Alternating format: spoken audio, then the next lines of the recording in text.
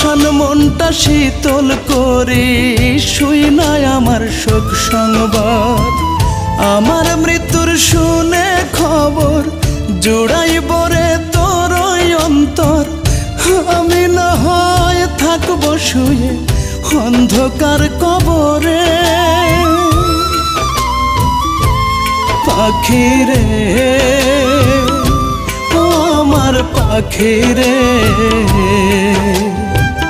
তোর বিচার আমি নয় রে করবে আমার অন্তর কারিগরে। পাখি রে ও আমার পাখি রে,